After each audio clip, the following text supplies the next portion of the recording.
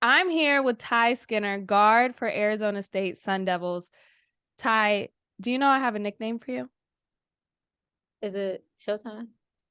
No, but that's really good. I saw that that's your Instagram handle. That's really good. But every time I host a Pac-12 women's basketball game on the network, I say Tyi Skinner, bucket getter. Okay. It flows. It seems like they're synonymous with each other. Have you always been a bucket? Were you getting buckets like in diapers? I would like to think so. I'm not gonna lie. Yeah, I don't no, I think I always been. I'm not even gonna lie. I'm sorry. It's no not cocky way to say that. Yeah. It's just who you are. It's in your It DNA. really is. It really is. It's in my DNA. Well, I love that. We'll talk more about that a little bit later, but I want to talk about your journey to getting to the Valley, getting to the Pac-12. You grew up in Washington, D.C., aka Chocolate City. Talk to me about the hoop culture in the DMV.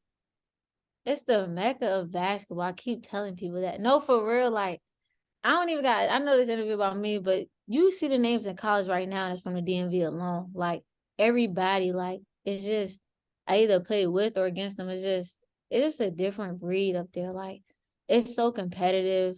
You're even the people who are not really good at basketball up there, you gonna get their all. Like their mentality is you're not cooking me. Like I swear, like so I think it was a great like environment to grow up in. Like just competing every day. You want to be the best. It's the best out there. So I think that was a great experience growing up and stuff like that. But I've also moved around a lot. I've lived in Virginia too. I've lived in the whole DMV, honestly.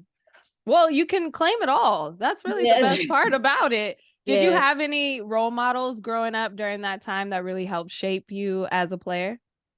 No, not really. A lot of people in my family, we play street ball and stuff. Like my cousins, like my aunts, my uncles, all of that. They always took me to the park. It's just common. Like you in the city, like you go to the park around Forestville, wherever. And that's where I was living at the time. And I just always went to the court and everybody just played basketball. So I always wanted to play. But I never really had nobody that I specifically looked up to now. Well, after high school, you went to Delaware. And while you were there, you won a CAA championship. You helped your team get to the tournament for the first time in over a decade. What did you learn about yourself in those 2 years there? I definitely learned how to wait my turn and just be patient. I think that, I mean, if Mhm. you do your research on me, I went to like 5 different high schools. I played for like 6 different AU teams. Like if something wasn't really working out, or I didn't get along with how certain things was going on, I just left. And I can say that when I went to Delaware my freshman year, I thought I was gonna go in. I'm not gonna lie, I thought I was gonna go in.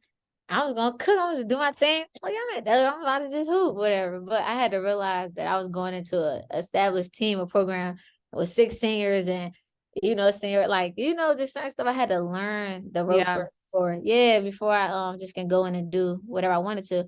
So I think the biggest thing I learned about myself is just understanding my role, like my place, like understanding how to like follow before I lead, even though I am a leader naturally just as a person, but just understanding how to just play your role right with your time and just be patient. I probably patience, really patience. I really Mm. want patience in Delaware.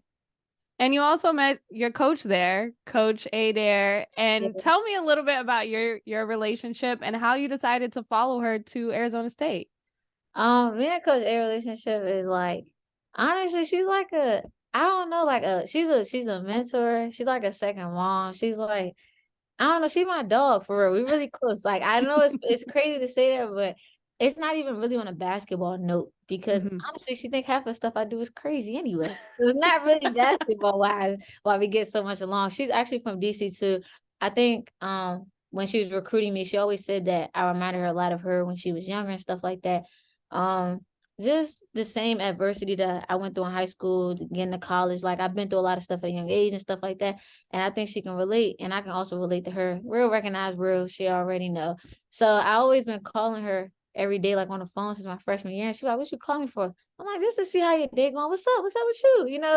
And I think we just built a relationship from there. And I feel comfortable to talk to her about anything. And she's just open. Like she give me advice on life. It's really should we really talk about stuff more than basketball? Like I think that's why we so close. Well, I can already feel that, honestly, just from watching from the outside perspective, but especially in college, like I say this all the time, it's such an impressionable time of your life. You're learning who you are, who you want to be.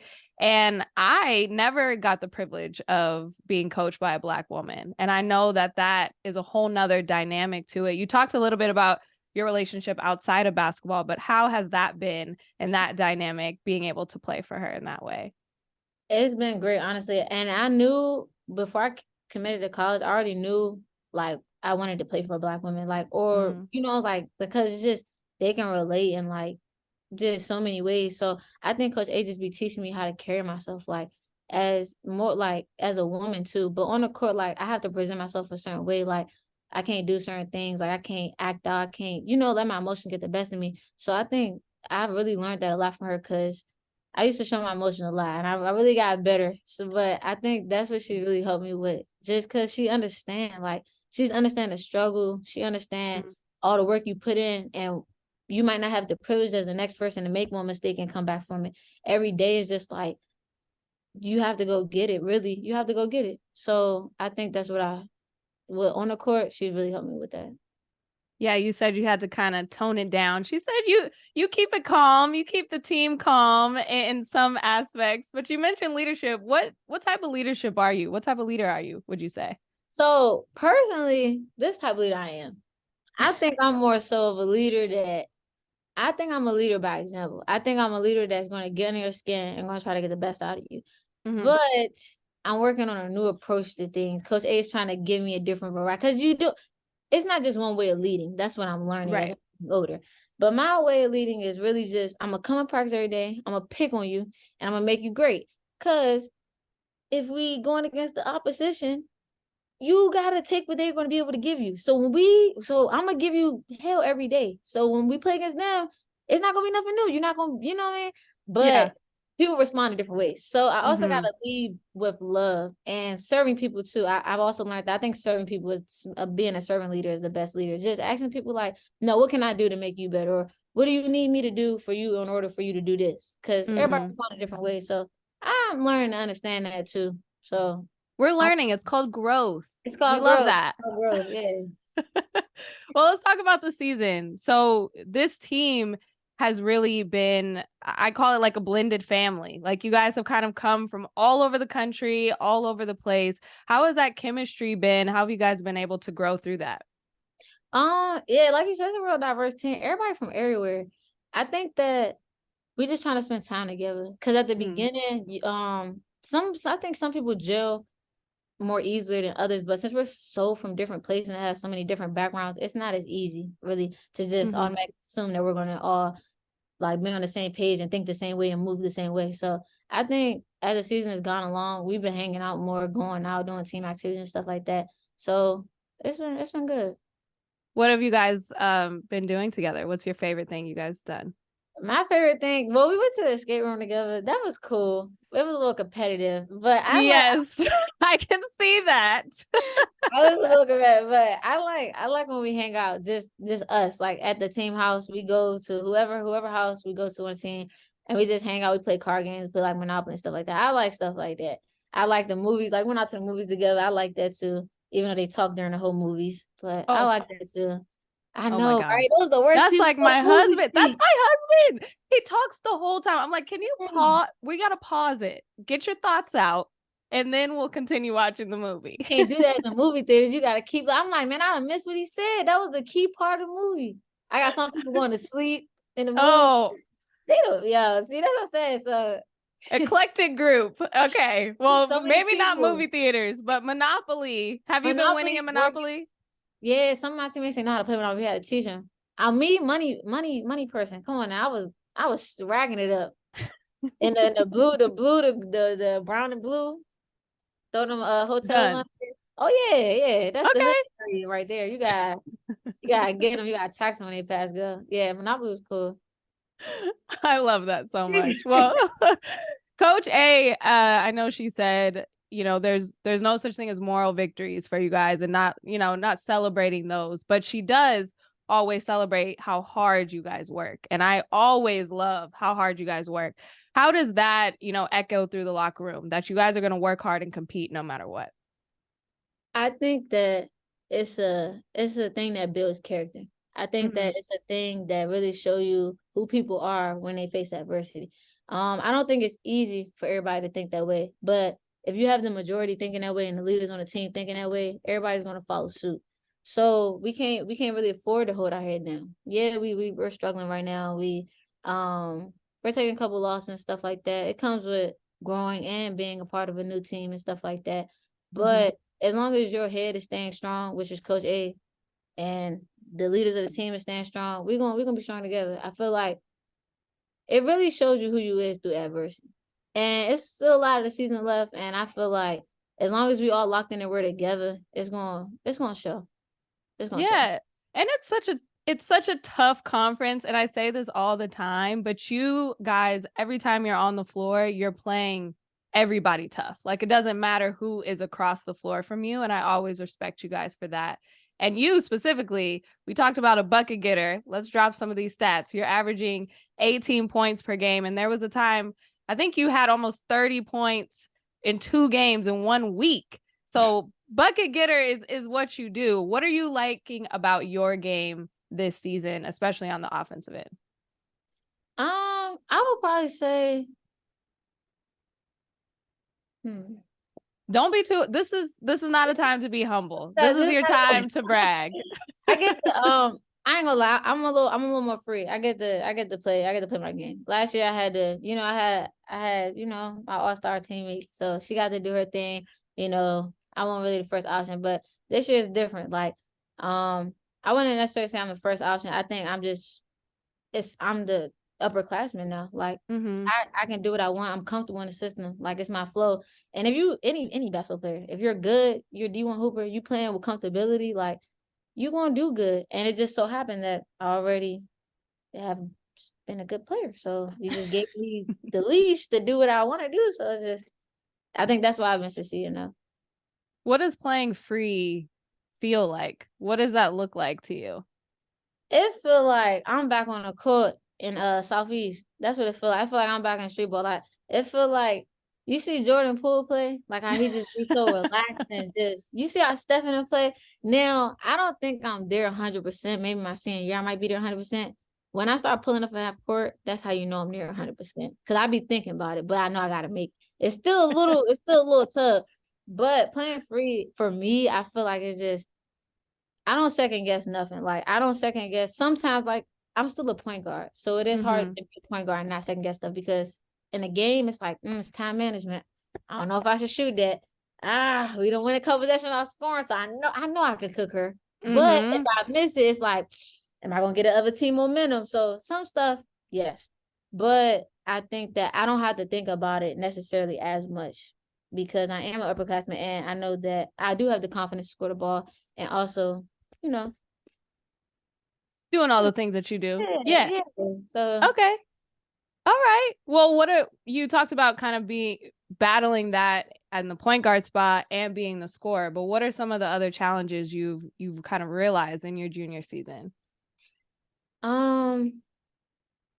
Just leading, really, like trying to keep everybody head up and stuff like that, because everybody go through their own. Everybody, as a basketball player, yes, it's a team, but everybody still have individual goals. Everybody still got things that they want to accomplish. So it's kind of hard to get somebody to understand that if you're not showing them results. You know what I mean? So yeah, I think it just takes time. I think that's the hardest thing, but just keeping everybody head up. That's probably, yeah. Okay. I think we've been doing a good job though. But you got. I was gonna ask, what's the vibe? We've been doing a good job. What's the vibes? We just gotta stay positive and be consistent. Like, some days we might come in practice and have a great practice, and then some days practice she might throw a double team on us with the scout people, and then we get frustrated. But it's the stuff we deal with in the game, so it's just like we have to get through it. Like, we have to practice it, because you got to practice how you play. So you really can't take days off. So I think that's what it is mostly.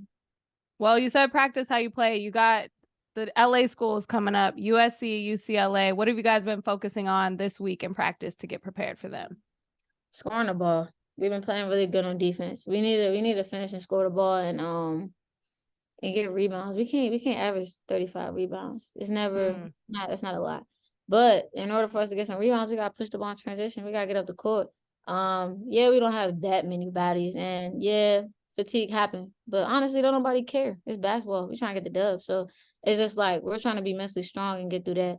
So putting the ball in the basket. We're gonna see how that go this weekend. Well, we'll be watching. I think it's gonna go great. I think it's gonna go good. I got a good feeling too. I think it's gonna go good. Me too. Me too. Okay, before I let you go, you want to do some rapid fire questions with me? Oh yeah. Come on, I'm locking in. We gotta do it. We gotta do it. Okay.